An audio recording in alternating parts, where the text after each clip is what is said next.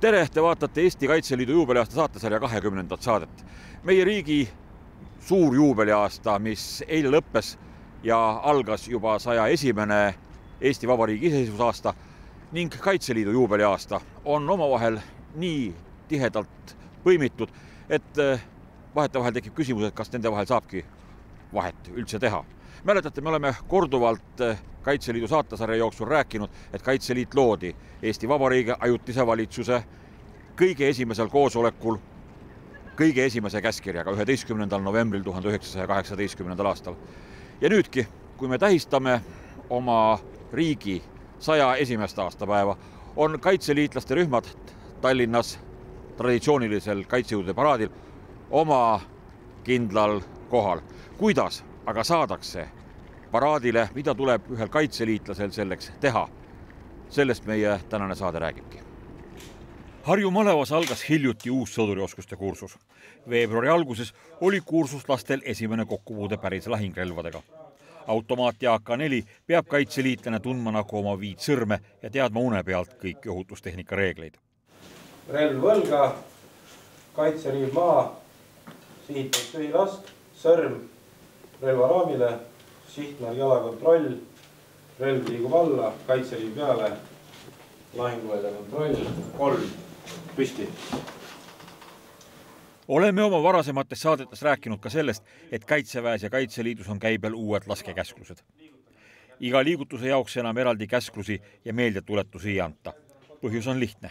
Päris lahingus ei seisa instruktor iga sõduri õla taga ja ei kamanda laskeasend võtt, salv kinnita, relv lae ja kaitseriivista. Päris lahingus peab iga sõdur ja kaitseliitlane kõike seda ise suutma teha, ilma erikäsklusteta. Lisaks leidma lahinguväljalt vaenuliku sihtmärgi ja olema kindel, et selle ees või taga pole omasid. Kõigepealt on väljas kontroll, vasakule paremale, siis on lahinguvälja kontroll. Harju Maleva sõdurioskuste kursuse esimene relvõõpe käib suures klassitoas. Väljas on jäiselt libe ja vesine sulailm. Sestap toimub esimene tutvus lahingrelvadega klassis. Selle põhipoint on siis see, et nad oleksid valmis lahinglaskmisteks. Ehk siis siit liiguvad edasi üksustesse, kus nad saaksid jätkata siis juba patrulliharjutustega, pooljao suuruste ja jao suuruste lahinglaskmistega. Ehk siis mina valmistan nad ette selleks, et nad oleksid suuteline seda tegema. Millal nad laskma lähevad? Laskma läheme, esimene laskmine toimub järgmine etapp. Esimesena laseme siis väikse kaliibrilist sportrelva, et meil tekiks mingi arusaam üldse sihtmisest, päästmisest ja laseme ka siis paukmoona juba sellel etapil. Et teeme neid samusid arvutusi, mis me praegu õpime, siis paukmoonaga ja lahingmoonaga toimub laskmine aprilli alguses. Kas see rutiin käibki nende kursustega ringiratast ja kõikidel kursustel toimub üks ja sama? Jaa, et väljaõppekava vähemalt siin Harju Malevas on nüüd sellest eelmisest aastast on fikseeritud. Ta toimub samasuguse nagu rotatsioonina ja see väljaõppekava, ma ei saa ju seda selles mõttes muuta, et see lõpptulemus peab olema kogu aeg sama. Saan võib-olla natuke paremaks seda teha ja vastavalt siis nendele õppuritele, nende enda väljaõppe tasemest ma muudan seda sisu natukene siis ajaliselt ainult, aga lõpptulemus on kõigil sama ikkagi. Kas kõikides malevates on see sama või on iga malevati on erinev? See peaks olema sama, väljaõppekava on sama, aga teostus on erinev ikkagi. Eks malevas, näiteks Tallinna malevas tehakse seda natuke teistmoodi. See on siis vastavalt sellele, kes selle kursuse ülem on, kuidas tema planeerib selle. Et me tahame lihtsalt lõpptulemust sama saavutada. Kuidas me seda teeme, on natuke erinev. Siin kursusel saab ka siis aimu sellest, mismoodi see Kaitseliidus asjad toimivad, nagu see Kaitseliidu elu nagu on, kui sa siin oled nagu need nädalavahetused ja õppused. See relvaõppe koosneb siis 4 etapist. Meil on siis käimas praegu tegelikult esimene etapp alles.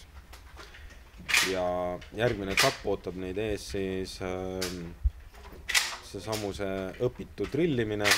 Lisaks tuleb sisse ballistika, sihtimine ja teeme ka siis, nagu ütlesin, esimese laskmise.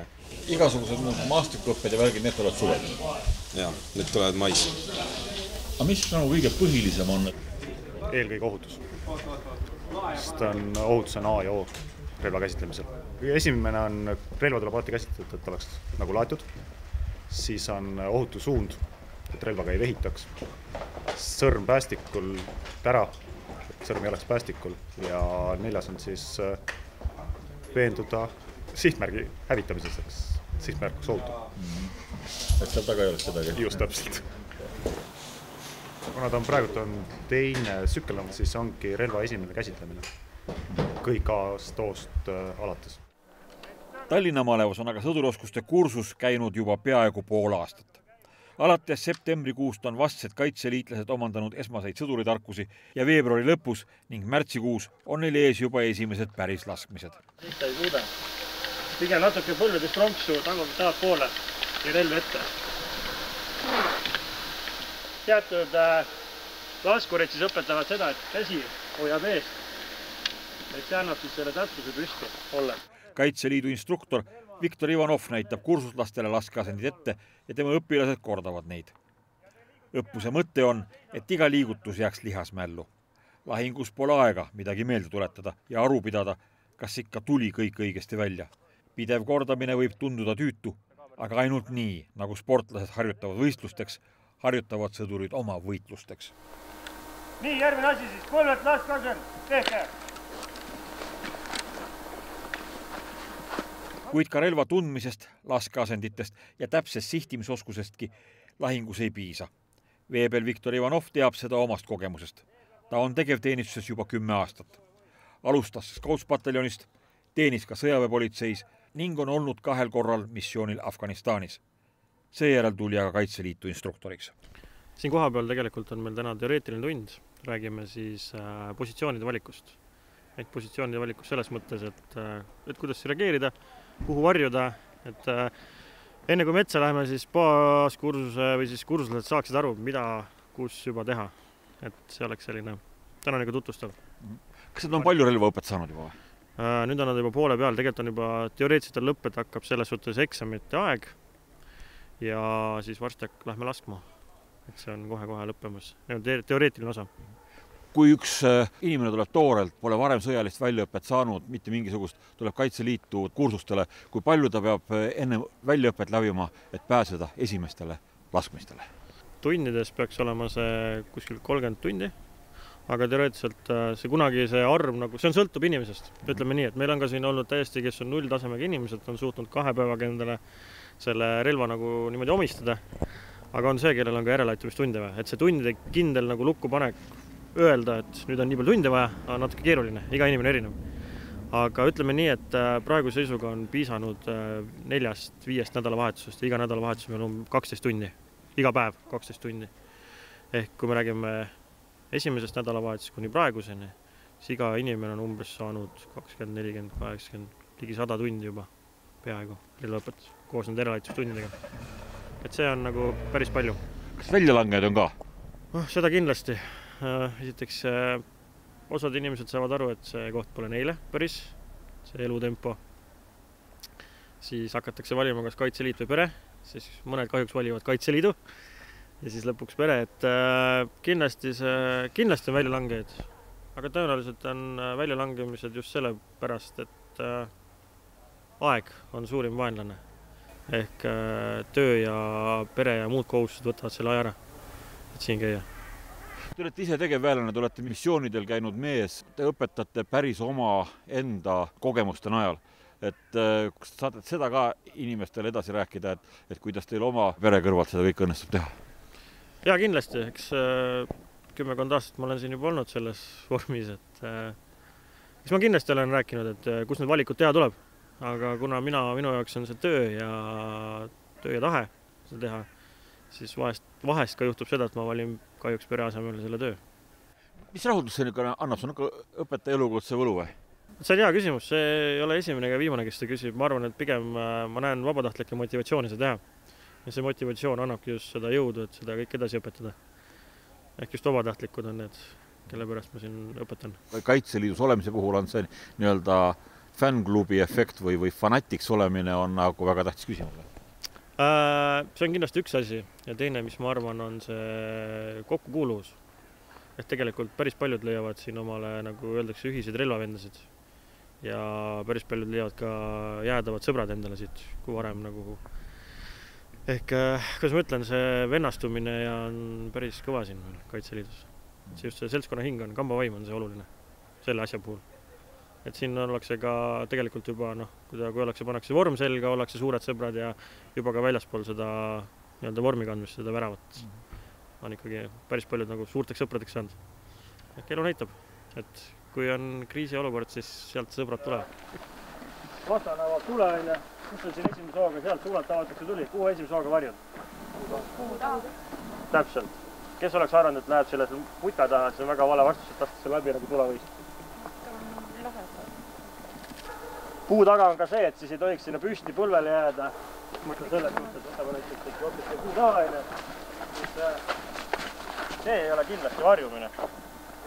Mis oleks varjumine? Pikali maha. Vähe kuhugi. Ja siis saab vajadusel liikuda, tuld avada, varjuda, sest tegelikult, et see ala siin, kõik see maapind kaitseb siit mingil moel. Nii, räägime sõidukitest. Miks just selle valisid? Sellepärast, et mootor arvatavasti püüab kõige rohkem kuule kinni.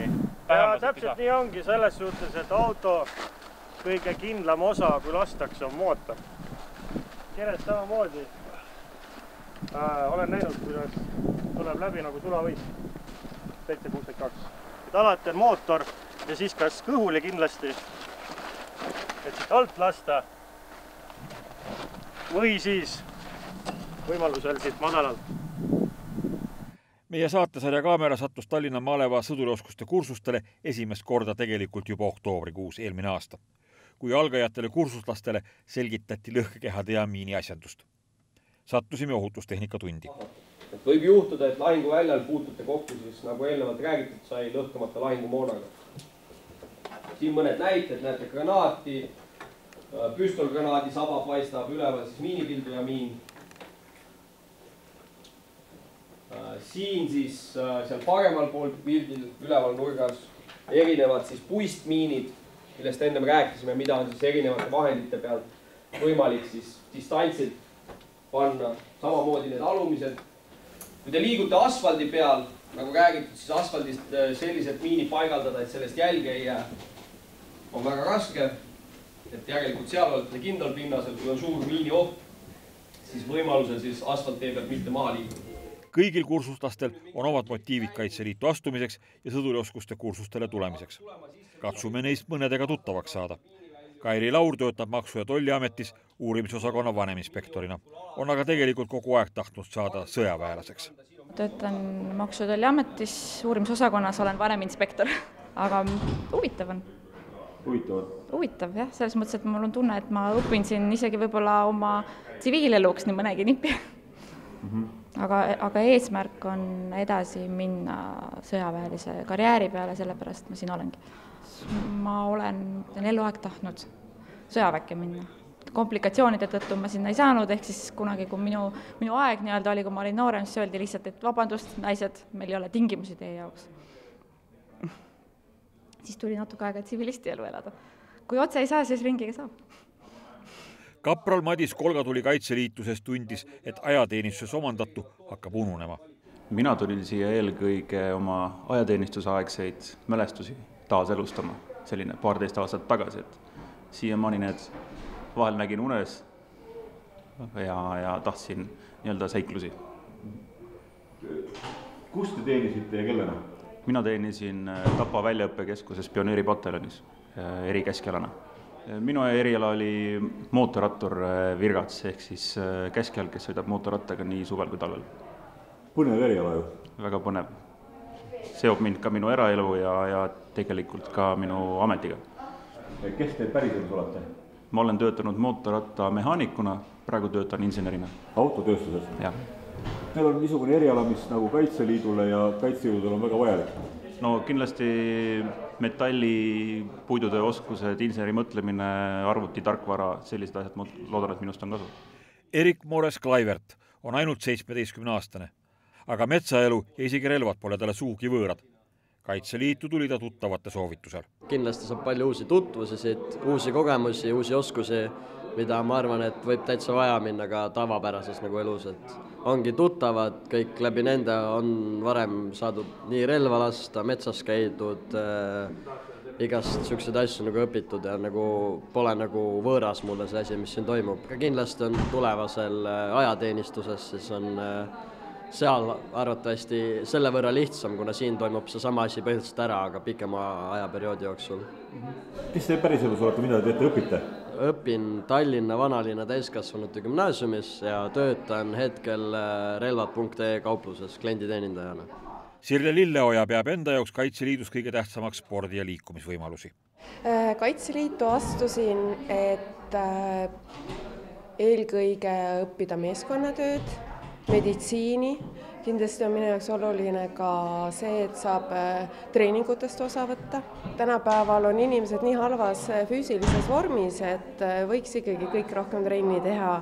Et ma usun, et edaspidi meid ees ootavad rännakud saavad olema mitte kerged, aga jõukohased, ma usun, tahtmise korral kõigile.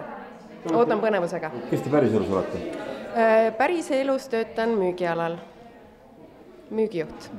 Tuuli Miiser tuli Naiskodukaitsest sõduroskuste kursustele, kuna arvas, et nii saab ta põhjalikuma väljaõppe. Naiskodukaitses on see hästi minimaalne selline õppe, et siit üldse nagu midagi selgeks saada, et siis peabki võtma selle põhjalikuma kursuse. Ma arvan, selle pärast olen mina. Kas te olete midagi olulist enda jaoks siin teada ka saanud või kuulnud või? Kõik on väga oluline. Kogu see relvaõppe oli palju põhjalikum kui selle, mis me õppisime mingi tund aega Naiskodukaitses, et selles mõttes see oli väga põhjalik ja siis meie eilne lõhkeainete ja lõhkamise õppe oli hoopis midagi muud. Ega täna ka, mis me ikka targaks saime, et kui ei ole näppida vaja, siis ei olegi vaja näppida. Mis te päriselus teete? Mina olen päriselus jurist. Tallinna maleva relvaõppus jätkub. Peab olema toetatud selline asend. See on ka kõikide laste selliste kohtade valikuga. Küsime taas kursuslastelt meie saate traditsioonilisi küsimusi. Kes sa oled ja miks astusid Kaitseliitu? Fred Kasearu pole tegelikult hoolimata tema Eesti nimest mitte eestlane, vaid hoopis albaanlane. Ometi tuli ta Eestisse ja astus Kaitseliitu. Kuidas te Eestis sattusite ja kuidas te Kaitseliitu astusite? No ma tutvusin üks Eesti mees seal Kosovost ja siis me saime head sõbrad. Ja tulin siia, vaata mis toimub ja Eestis, mulle meeldib Eestis olla. Abielusite Eesti naisega? Ja, Eesti naine. Kui kaua te olete Kaitseliidus olnud? See on eelmine aasta, ütleme niimoodi. See esimene aasta. Kust te selle peale tulite, et Kaitseliitu astuda ja miks te Kaitseliitu astusite? Selle ütleme niimoodi, et mulle meeldib need sõjaväemängid ja on lihtsalt on natukene aeg metsas olla koos sõpradega ja ole nagu väike laps, kui metsas olen ja ette valmis olla, kui midagi juhtub. Kui vana te olete? 39, lähen veebruaris. Mis ametit te päriselus peate? Ma töötan praegu nii kui see Alexela Pessula. Raiko Kivimets oli 5 aastat noorkotkas ja kui sai täisealiseks, oli loomulik, et ta läheb Kaitseliitu edasi. Praegu on ta noortekotkaste organisatsioonis juhi abi. Ma olen 19 ja tulin sellepärast, et soovin liituda Kaitseliiduga ja need kursused on kõige alus selleks, et saaks liituda. Ajateenistuses pole käinud? Ei ole. Mida sa eraelus teed? Õpin Tallinna Polütehnikumis multimeedia erialal. Mis sinu jaoks nendel Kaitseliidu õppustel kõige olulisem on olnud? Üks asi muidugi relvaohutus, mida sai õpitud ja võib-olla ka meeskonna töö. Kas tasub Kaitseliitu tulla või? Kindlasti tasub, et siin on väga palju asju, mida õppida. Ta aitab füüsiliselt nagu vormis hoida või vormi saada. Paljud vastsed kaitseliitlased saavad 24. veebruaril võimaluse esineda ka Eesti Vabariigi 101. aastapäeva paraadil. Elbe Lumiste on tegelikult juba staažikas Naiskodukaitse ja talle anti ülesanne juhatada Vabariigi aastapäeva paraadil ühte Naiskodukaitserühma. Kuna Kaitseliit üldse pakub väga häid kursuseid, siis see on väljakutse ja see on võimalik saada häid teadmisi sõduri tegemistest ja uusi oskusi. Aga te olete aktiivne naiskodukaitsja, naiskodukaitsest tulite kohe kambakesse sõdurioskuste kursustele või üksinda või mis nagu ajandas? Ajandas mind see, et olen ka maakaitsestaabis, olen staabiassistent ja see sõja- ja ametikoht eeldab neid oskusi, mida ma siin saan. Et üks toetab teist ja sellepärast ma siin olen. Igale ühele on kindlasti midagi oma, mis siin Kaitseliidus üldse on võtta.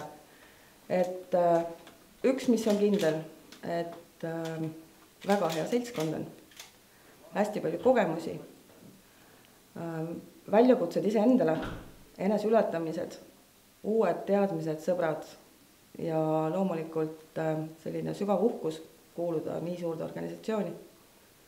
Et need on asjad, mis kindlasti mind isiklikult motiveerivad. Kes te oma eraelus olete? Eraelus olen klienditeenindaja. Kus firmas? Eesti firmas, kütusefirmas, Eesti suurimas. Meie saatesari jätkab Kaitseliidu Tallinna maleva ja Harju maleva sõdurioskuste kursuste jälgimist ka edaspidi, et televaataja näeks, kuidas saadakse kaitseliitlasteks või naiskodukaitsjateks ning mis motiveerib nii paljusid tublisid inimesi, kellel jätkuks väljakutseid ka tsiviilelus küll, aga siiski panustama oma energiat ja vaba aega Eesti suurima vabatahtliku avalik-õigusliku organisatsiooni Kaitseliidu tegevusse.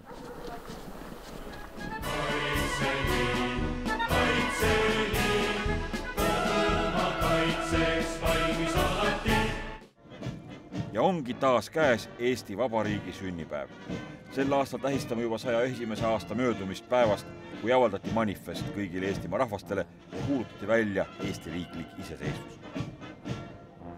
Ka Kaitseliit austab ja mälestab sel päeval oma loojaid, inimesi, kes panid Eesti kõige esimesele riigikaitseorganisatsioonile aluse. Kaitseliidu asutajatest on tähtsaimad kindlasti admiral Johan Pitka ja kindral Ernst Põder.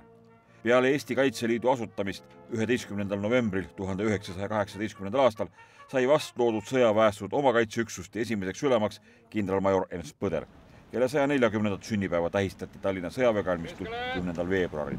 Ja Kaitseliidu juhatuse esimeheks valiti admiral Johan Pitka, kelle 147. sünnipäeva tähistati 19. veebruaril Toompea veerel.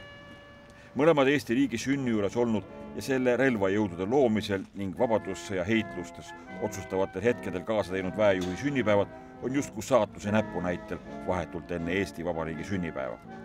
Meenutame, et admiral Pitka osales peale Kaitseliidu asutamist ka nii Eesti soomusrongide kui ka mereväe loomisel, mille juhatajaks ta määrati.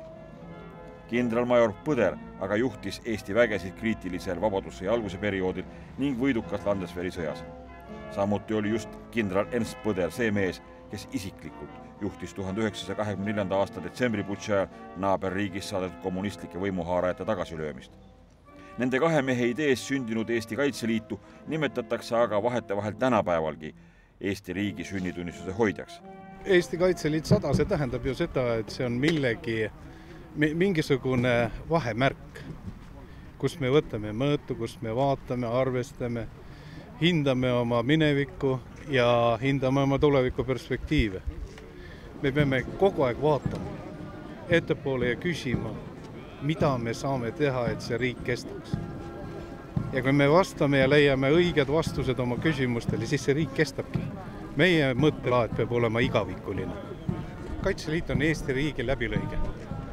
See ei saa olla, et üks organisatsioon ongi Eesti riik, aga selles organisatsioonis on kõik Eesti inimesed, Eesti mõttemaailm esindatud.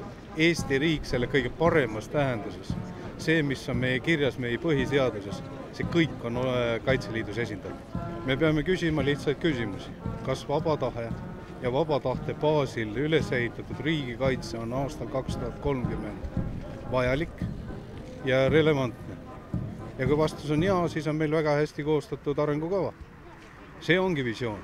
Vaba tahe ja inimeste oskuste, tahte, võimaluste rakendamine meie iseolemise kaitseks. See ongi meie visioon.